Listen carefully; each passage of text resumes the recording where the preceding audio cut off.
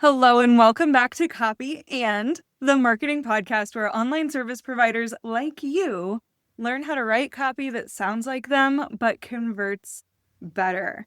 I'm Sam Burmeister. I'm the founder and lead copywriter at Nomad Copy Agency, and I'm your guide on this little copy adventure. As you know, copy is a central piece of all of your marketing. It's the words that sell, whether it's the words that you're speaking, that you're writing. Things that go in places that rarely get seen, like the bottom of your about page, can do so much for your brand. So today we are talking about copy and sales psychology basics. And before you go running the other way or wonder if I'm a psychologist, I'm not a psychologist. This is specifically a conversation for service providers who are writing copy in their own businesses who think to themselves, I can write, but how do I write something that sells? How do I make the people who visit my sales pages and opt-in pages and read my emails think, oh my gosh, she knows me so well. I absolutely need this thing that she is buying. That is my goal for you, is to write copy that sounds like you, but converts better. So let's jump in. Today, we're talking about sales psychology and why words persuade. We're talking about sales psychology basics, how to persuade people, how to write copy that converts. And in the next few episodes after this, we're going to talk about how to actually apply the sales psychology that you learned today and put it on your sales pages in a way that makes people say, absolutely, take my money. Sales psychology isn't that scary. It's just kind of the official term for knowing why people buy things. And when you know what motivates your people to buy, you can use words and phrases that resonate with them and guide them to a solution that works for them. Ultimately, I want you to be thinking about sales as a service. Of course, you're selling your services, and those services should serve the goals of your people, but selling to them is truly just educating them on how to get the solution that they are so deeply looking for. And again, sales psychology is just the words for knowing why people buy stuff. So in this episode, I will keep it pretty surface level, but I'm going to dig into sales psychology basics, some concepts that you can use, and a few practical tips for infusing this into your writing so that you can write copy that converts. Then, in the next couple of episodes, I'm doing a series, so I really want you to stick around and make sure that you like and subscribe so that you get the updates when these come out. But we're doing a full series on sales pages. Specifically, we're going to start with the above the fold. We're going to talk about calls to action and how to make your page super, super clickable. We're going to talk about headings and the psychology behind those headings and all of the elements that go into a sales page that make people buy from you. So let's start with the sales psychology basics. You may remember like social studies or AP Psych or a class from high school talking about Maslow's hierarchy of needs. And if you're a visual person, you can picture a triangle. And it almost looks like the old food pyramid that we had when we were kids, but the bottom of this hierarchy of needs is the basic things you need to survive. That's food, water, shelter. And then when you have those things, you can build on your pyramid and you get things like safety. So you're keeping yourself alive and you're keeping yourself safe. Then after that come your social needs like love and self-esteem. And then finally, the tippy top of Maslow's hierarchy of needs is self-actualization. And to define that, it's basically, how do you feel that you've reached your full potential? And we are not typically selling food, water, and shelter. Those are basic rights for all humans. We're not typically selling safety, but typically in the people that I hang out with and the people that I write for and the businesses who sell things, they're selling basically commodities, whether those are services or products, but those are fulfilling those top parts of the needs, which is their need for love, self-esteem, and self-actualization.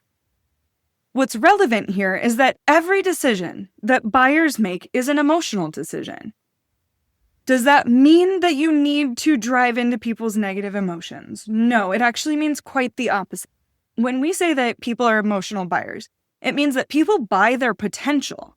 You very rarely purchase something because you just need it. You purchase something because of what it means to you. So if we think about what we do when we go shopping, we buy something not because we need a shirt. Typically, we have shirts. Even if you say, oh, but I need it for an event, you probably have a shirt. It's just not a shirt that's going to give the message that you want to give at the event that you're going to. So it's still an emotional decision of who do I want to present myself as? So when we think about these emotional decisions, it's what is really motivating people when they're purchasing. And we want to lean into this positive side, because if you are catering to people on what and selling what doesn't motivate them and what they're moving away from, we think of this, it's called the carrot and the stick. You can picture a bunny rabbit with a leash around its neck or a collar around its neck with a carrot dangling in front of it, and then somebody chasing after it with a stick. That rabbit's going to stop running when the person stops chasing them. But how are they going to continue to move forward as an act of their own volition is going to be they're chasing the carrot. So when you're selling a service, you want to be selling the carrot. You want to be selling their potential and what's happening in front of them.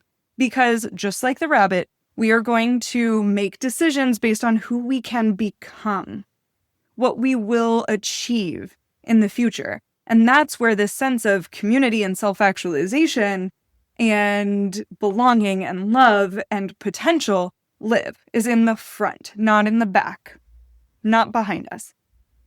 So specifically in psychology, we're lighting up the parts of the brain, the limbic system, that make emotional decisions. And we want those to be positive decisions. Funny enough, the limbic system is also where your fight or flight, fawn, and one other one, are also living. So we don't want to activate the other parts of the brain that doesn't foster great buyers. So how do we do this then in our copy? We want to play to people's desires in our copy, speaking to their potential and their future. And we also want to speak to their logic, because we think we make logical decisions, but we tend to make decisions based on emotion. So we want to play on both logic and their desires. So in our sales copy, we can leverage both of them by creating positive emotional associations with our services, which is using emotional techniques like storytelling, appealing to brand loyalty, or we can trigger the limbic system, the more logical side of the brain, and make the product more desirable, making it seem like it's something that they do truly need, not something that they want or desire. So that's how the brain plays into things. Prefrontal cortex and the limbic system, ultimately saying, but what do you want and what do you need? And how can I help you get there to achieve this self-actualization that you're looking for? So positive psychology is thing one that you need to know about sales psychology. There are two other things. The second one is mirroring. And this is something that the CIA uses to get information out of people. It's something that can be used to help people feel like it's in their best interest to work with you. And mirroring is simply playing into our need to feel seen and to feel heard.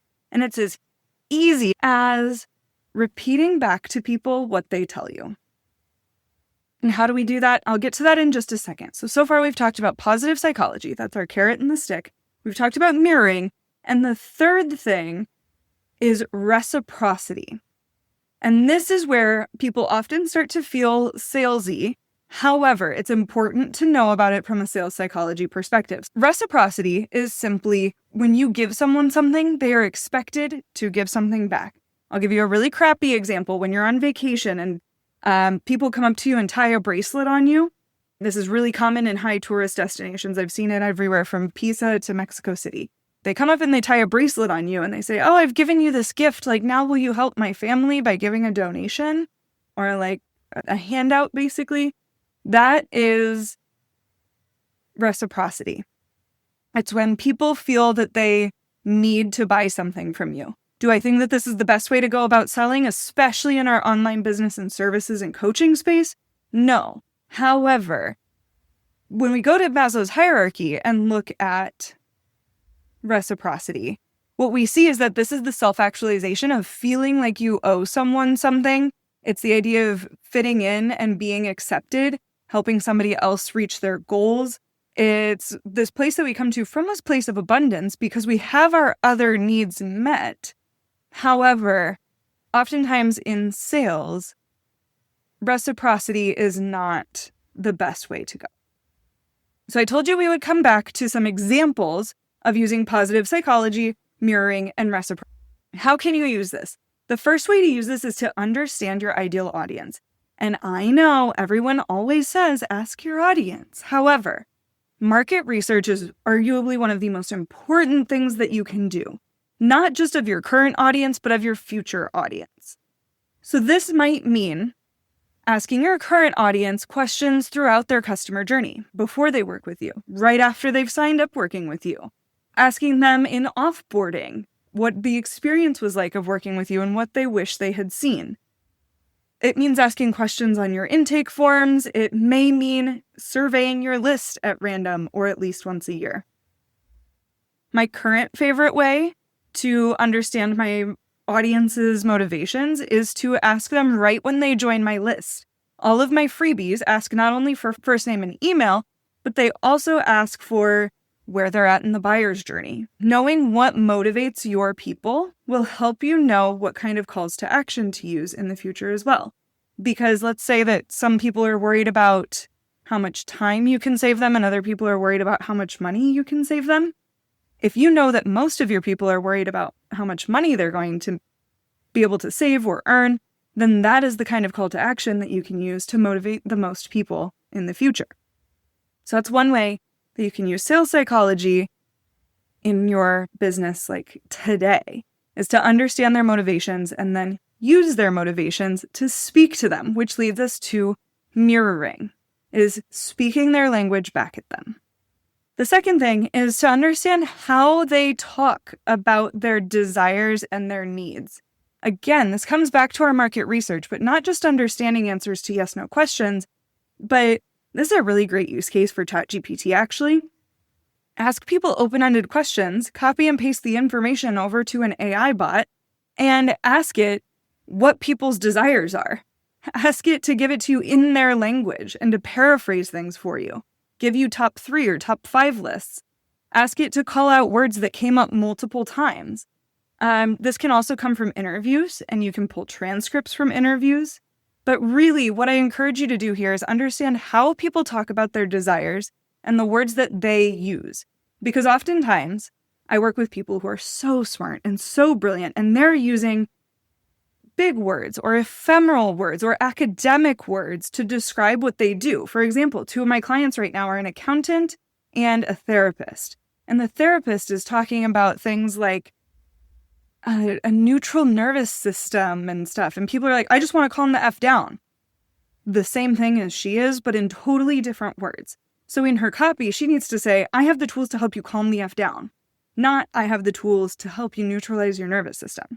My accountant is talking all about a P&L and a balance sheet and all of this. And the clients that they're working with are people trying to buy their first homes. And they just want to know the documents that I can hand to my mortgage lender to get me qualified for a mortgage as an entrepreneur. Again, they're saying the same things. They're talking about the documents, but in totally different ways. So to recap, we've talked about how you can use this is understanding people's motivations and specifically how they talk about their desires. Then, this one's on you. Third thing is get familiar with asking for the sale.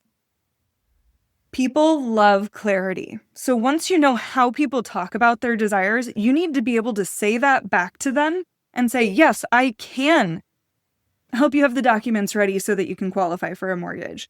Yes, I can help you calm the F down. Yes, I can do the thing. And then asking for the sale. You need to be clear about it so that your people are clear about it. Because when you are confident, that will exude back to them that not only are you confident in selling, but you are confident in actually delivering your service to your people. So we've talked about a couple of things here. Positive psychology, mirroring, saying things back to people, and sales tactics like reciprocity. Now, let's give a couple more examples of how you can use these. We'll start with sales psychology. When you understand what your people want, you can speak to it. It's super simple. So instead of asking questions and putting people on the defensive and saying things like, imagine this, or do you ever wish that blank, you can change to sound more confident and say, you can blank. So let's use a designer for an example. Instead of asking, do you wish you ever had to worry about creating graphics that can go anywhere and how you can create them? Say something more like, you can consistently create on-brand, attention-grabbing graphics. We're exuding confidence with this psychology, and we're also speaking to their future. So rather than saying, this is what you've worried about in the past, we're saying this is what you can do in the future. That's positive psychology. That is your carrot. So let's talk about mirroring. You can use exactly what people tell you in your market research and in your surveys to speak to people. For example, I used the therapist that I work with who was talking all about nervous system regulation.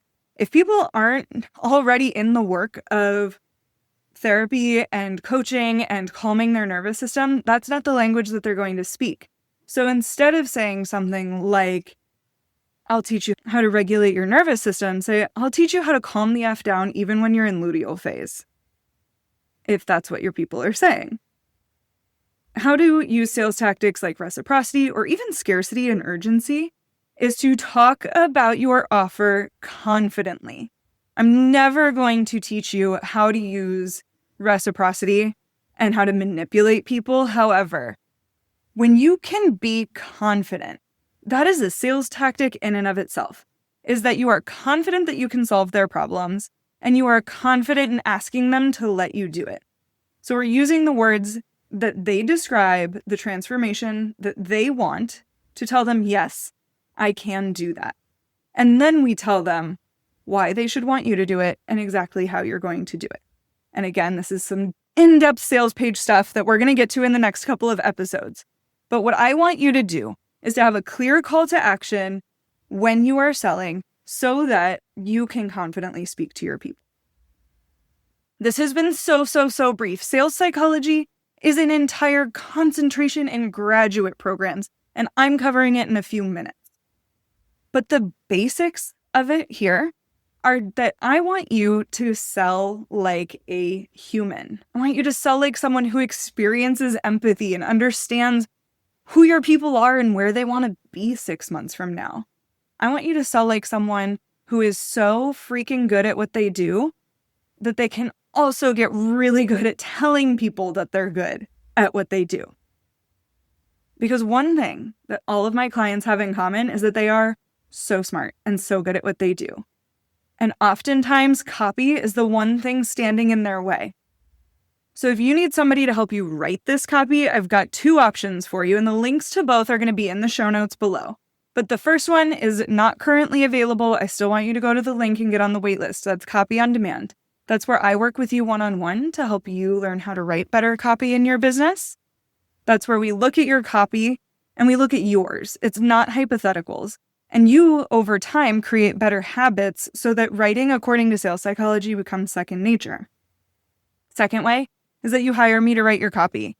I can do this through VIP days or on an hourly basis. It really depends on what's best for you. But basically, I take everything that I know about your business because we have a kickoff call and we talk about everything in your business. I then take everything that I know about sales psychology and your business, and I help you create sales pages, emails, and websites that sell. Because I always want you to have copy that sounds like you but converts better. Tomorrow, we're going to talk about defining that ideal customer so that you know who you should be surveying or not. And it's so much more than age, demographics, and like naming your ideal client avatar that we so often see in the online space. So be sure to subscribe so that you get notifications when that episode drops next week. So this has been Copy and Sales Psychology, and I'm so glad that you're here. Be sure to like and subscribe below so that you get future notifications. And of course, reach out if you have any questions. You can find me on Instagram at nomad.copy and on LinkedIn at Samantha Burmeister. As always, links are going to be in show notes. I will see you soon.